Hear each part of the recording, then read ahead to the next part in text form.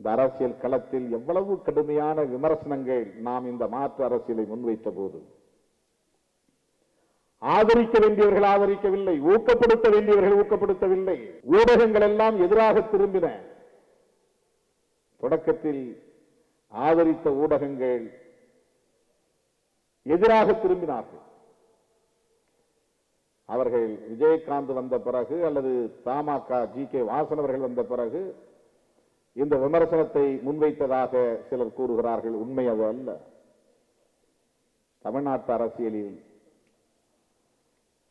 நம்முடைய மாற்று அரசியலை நடைமுறைப்படுத்துவதற்கு திமுக அதிமுக அதிர்ச்சி அடைந்ததை விட ஏற்கனவே இங்கு கட்டமைக்கப்பட்ட ஒரு வலுவான சக்தியாக விளங்குகிற முதலாளித்துவ சக்திகள், ஊடகவியலாளர்கள், தொழில் அதிபர்கள், நிலக்கிழார்கள் இந்த மாற்று அரசியல் வரக்கூடாது. திமுக அல்லது அதிமுக இந்த இரண்டு பேர் ஆட்சியில் இருந்தால்தான் தங்களுடைய அரசியலை தொடர்ந்து முன்னெடுத்து செல்ல முடியும் என்பதிலே அவர்கள் தெளிவாக இருந்தார்கள். அவர்களெல்லாம் நம்மை ஆதரிக்கவில்லை.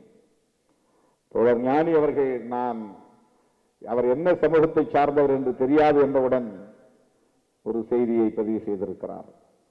நாங்களும் தலித்துதான். இன்றைய சமூகத்திலிருந்து மாறுபட்டு சிந்திப்பதால் நாங்களும் சிந்தனையில் தலித் தீண்டத்தகாதவர் ஆனோம். தலித் என்ற சொல்லுக்கு சாதி அடையாளம் கிடையாது. பார்ப்பனர் என்று சொன்னால் அது சாதி, முதலியார் என்று சொன்னால் சாதி, செட்டியார் என்று சொன்னால் சாதி. தலித் என்பது ஒடுக்கப்பட்டவர்கள், நசுக்கப்பட்டவர்கள், சிதறடிக்கப்பட்டவர்கள் என்றுதான் பொருள். புரோக்கன் பீப்புள், சிதறடிக்கப்பட்டவர்கள். சமூக ரீதியாகவோ அல்லது பொருளாதார ரீதியாகவோ கல்வி ரீதியாகவோ ஒரு ஆர்கனைஸ்டு செக்டராக இல்லாமல் சிதறடிக்கப்பட்டவர்கள். அதைவிட தலித் அரசியல் என்று சொன்னால் சாதி ஒழிப்பு என்பதை முன்னிறுத்தி மதவெறி அரசியலை எதிர்த்து களமாடக்கூடிய முற்போக்கு சக்திகள் என்றுதான் பொருள். முற்போக்கு சக்திகள் என்றுதான் பொருள். ஆனால் இங்கே இருப்பவர்கள் தலித் என்பதையே ஒரு சாதியாக்கி விட்டார்கள், ஒரு குறிப்பிட்ட சாதி என்கிற பொருளிலே. ஆகவே ஒடுக்கப்பட்டவர்களின் மீட்சிக்காக, ஒடுக்கப்பட்டவர்களின் தலைநிமிர்வுக்காக போராடுகிற ஜனநாயக சக்திகளை நாம் ஒருங்கிணைத்துக் கொண்டு ஒரு மாற்று அரசியலை முன்வைத்த போது அதை வெற்றிகரமாக முன்னெடுத்து செல்வதற்கு ஊக்கமளிக்க வேண்டியவர்கள் அத்தனை பேரும் எதிராக திரும்பினார்கள். அதுதான் பெரிய அதிர்ச்சி. திமுக எதிராக நினைக்கலாம், அதிமுக எதிராக நினைக்கலாம், காங்கிரஸ் நினைக்கலாம், பிஜேபி நினைக்கலாம், அது அரசியல். ஆனால் கட்சி சாராதவர்களே இது நிலைக்காது, இது நீடிக்காது, இவர் யார், அவர் யார், இவர் எங்கே போனார், இவ்வளவு நாள் எங்கே இருந்தார், இவ்வளவு நாள் நான் குடிகாரனாக கூட இருந்திருக்கலாம், இப்போது குடிக்க மாட்டேன் என்று முடிவெடுத்தால் ஆதரிப்பதுதானே புத்திசாலித்தனம்.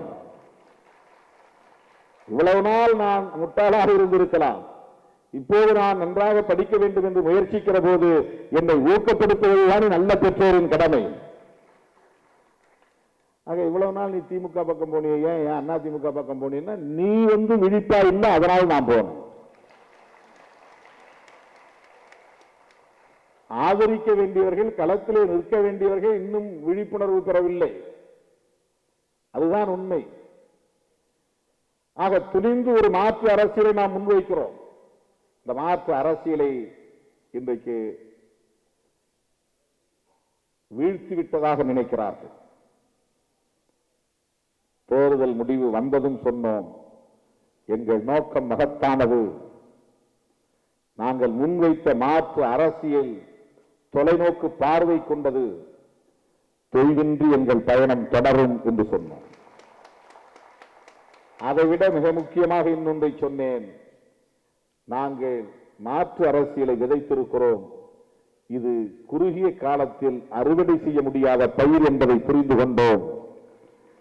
இதை அறுவடை செய்வதற்கு இன்னும் சில காலம் தேவைப்படுகிறது. எனவே போன ஆண்டு மே மாதம்தான் இந்த மாற்று அரசியலுக்கான சிந்தனையை விதைத்தோம்.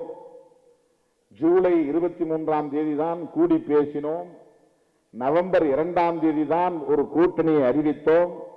நவம்பரிலிருந்து ஏப்ரல் 16 வரையில் 5 அல்லது 6 மாதம் தான் இந்த அரசியலுக்கான வயது. 5 அல்லது 6 மாத கால பயிர் இது. அவர்கள் 2 வருடமாக ஏரோட்டி நஞ்சை அடித்து பரம்பிடித்து என்னென்னவோ செய்தார்கள். பயிர் வைத்து 2 ஆண்டுகளாக திமுக 2 ஆண்டுகள், அதிமுக 2 ஆண்டுகள், பாமக 2 ஆண்டுகள் என்று கடுமையாக அவர்கள் ஊர் ஊராய் போய் வேலை செய்து தலா 3000 கோடி செலவு செய்திருக்கிறார்கள் திமுகவும் அதிமுகவும். குறைந்தபட்சம் ஆர்கே நகரிலும் திருவாரூரிலும் கொளத்தூரிலுமாவது காசு கொடுக்காமல் தேர்தலை சந்தித்திருக்க வேண்டும். நாங்கள் தலைவர்கள், எங்களுக்கு மக்கள் செல்வாக்கு இருக்கிறது, நாங்கள் வாக்குகளுக்கு பணம் கொடுக்க மாட்டோம் என்று நேர்மையாக மக்களை சந்தித்திருக்க வேண்டும். ஆனால் மிக பெரும் செல்வாக்கு படைத்த தலைவர்களே வாக்குக்கு 1000 ரூபாய் கொடுத்து வெற்றி பெற்றிருக்கிறார்கள் என்றால் அவர்கள் பெற்ற ஒவ்வொரு வாக்கும் ஊழல் கரைபிடிந்த வாக்குகள். ஆனால் திருமாவளவனும் இந்த கூட்டணியில் பெற்ற ஒவ்வொரு வாக்கும் கலங்கமில்லாத புனிதமான வாக்குகள்.